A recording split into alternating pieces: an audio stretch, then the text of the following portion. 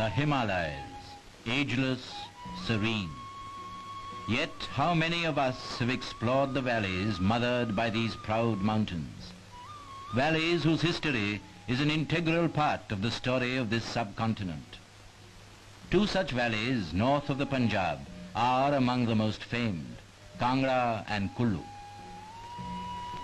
The Kangra Valley is at peace now, but these forts are pointers to a turbulent past. No one lives in them now. No soldiers guard their entrances, and no darbars are held there.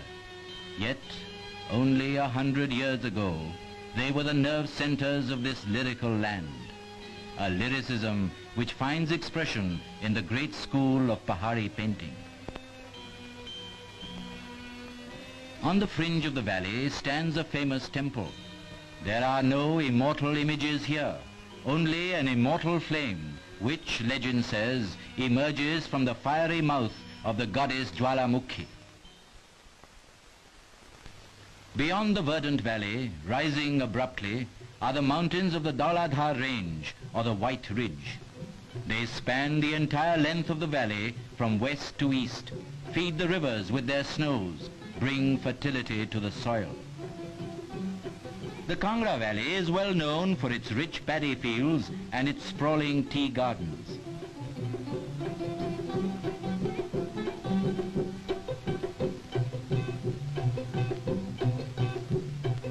Life in the villages on the foothills is simple.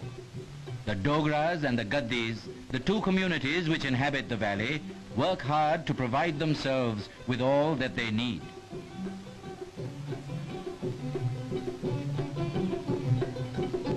Leisure is well spent in the pursuit of beauty, beauty which makes life serene and satisfying.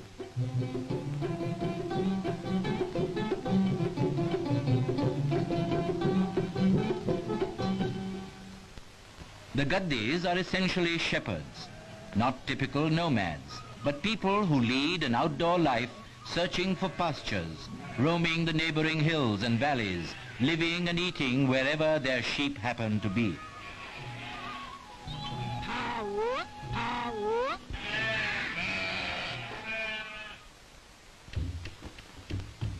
From Kangra on to Kullu. The road, cut through solid granite, enters the narrow gorge of the Beas River. For 12 miles, the road hugs the mountainside, winding and twisting. Soon the rugged mountains open, and there before us is the lush valley of the gods, Kullu, some 40 miles long and between 1 to 2 miles wide. At the entrance to the valley is the renowned temple of Basheshwar Mahadev at Bajora.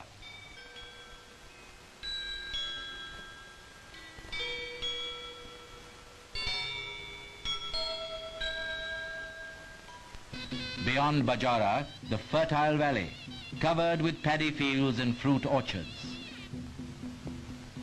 Ringed by towering peaks, in the center of the valley lies the main town, Kullu.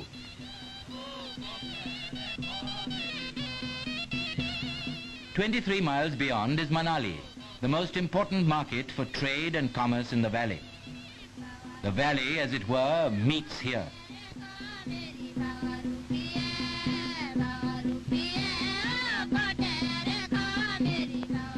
Pine and deodar forests abound. Manali is proud of her stately trees close against the sky. High above the valley, the shepherds graze their sheep. Hemraj, the shepherd boy, is one of many. Down below in the valley, his village home, a pleasant place, a place of peace. Not far away, Banti, the village belle, takes out her cattle. It's like any other day, but for some time now, preparations have been going on for Hemraj's marriage to Banti. The auspicious day, the bride is prepared for the elaborate day-long ceremonies.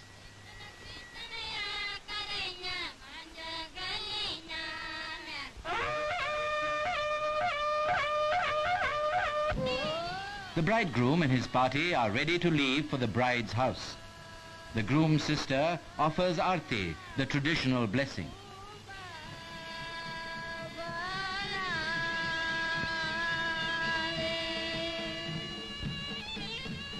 The marriage procession is on its way.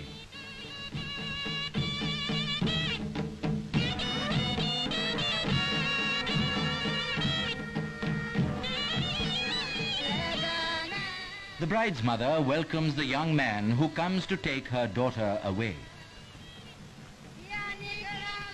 According to custom, the bride, heavily veiled, is carried by her maternal uncle. The marriage ceremony is held under a specially erected mandap. The holy fire is witness to the marriage and offerings are made to it. Kanyadan, the father gifts his daughter.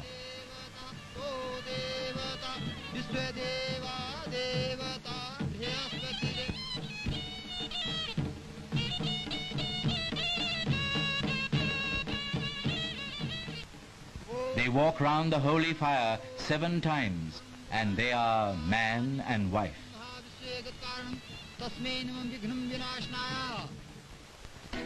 The days pass. In the valley, the paddy is ripe for harvesting. Months of toil await fulfillment. In accordance with age-old custom, the farmers collect in the temple courtyard to seek divine guidance in fixing the harvesting day. On the appointed day, the oldest man in the village goes to the fields, offers flowers and prayers to nature and her bounty. And he who has seen more harvest than any other cuts the first stalks. Newly married couples follow. It is their first harvest together and the promise of many more. The first cuttings will be offered to the family deity. Then and only then do the people of the Kulu Valley begin the gathering of the new crop.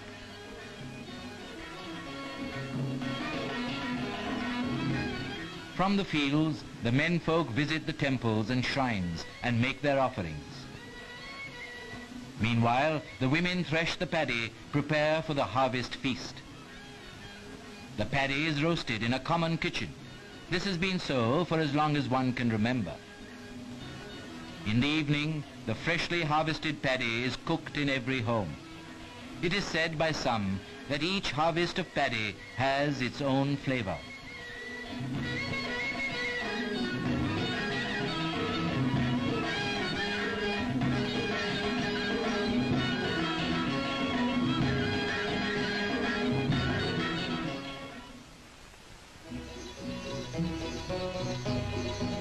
It is autumn time now, and preparations for the winter have to be made. Soon the streams and rivers will freeze, so the women take their turn to grind the grain in the local water mill. It is an ingenious device and very simple to work.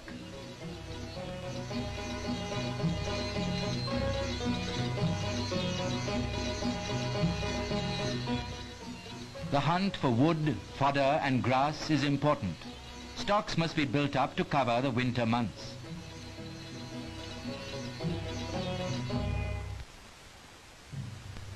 The wind is awake. Winter is on its way.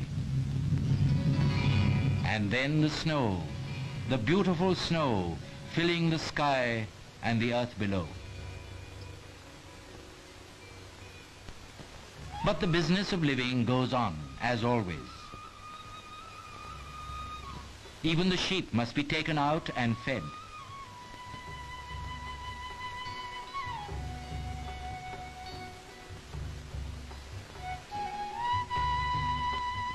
The long winter hours are employed profitably.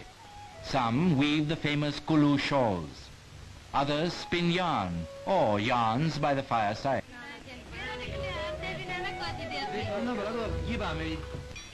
But for the kids, it's time for the snowman, and there is no stopping them in their fun.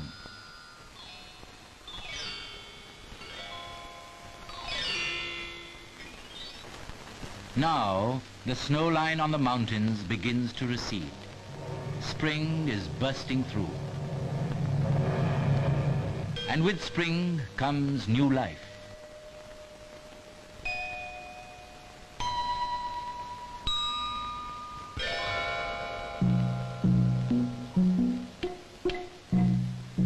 Once more the shepherds are on the move with their flocks, looking out for fresh, untouched pastures.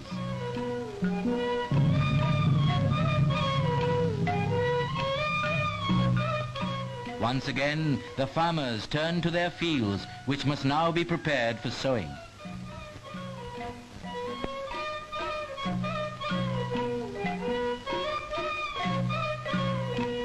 The digging begins like this, with spades, just as their fathers did and their forefathers before them.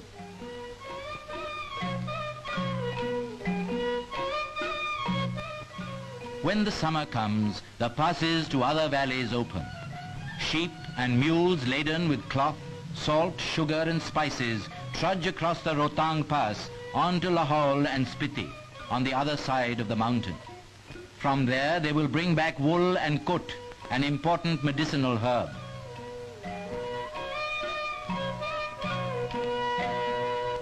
And when the monsoon rains have fallen, it is time to harvest the apples for which Kulu is famed. The valley is indeed India's fruit orchard, apples of all varieties and persimmon.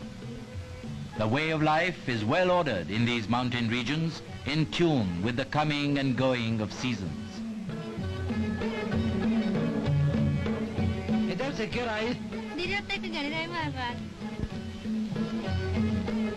Now it is festival time. Everywhere families are preparing to join the Dasera celebrations.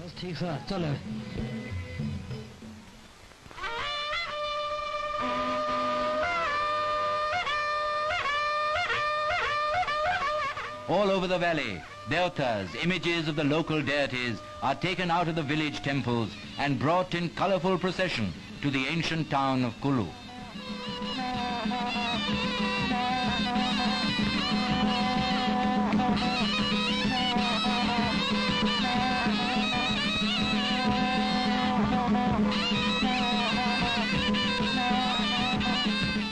With each hour, the throng swells.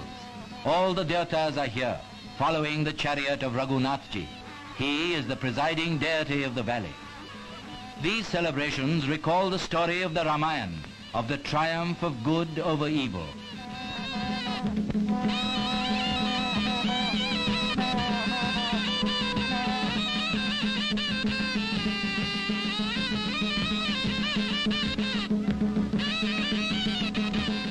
There are meetings between the devatas, warm embraces.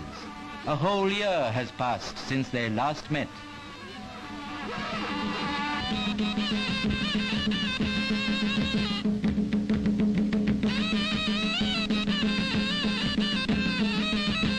The Valley of the Gods in full array.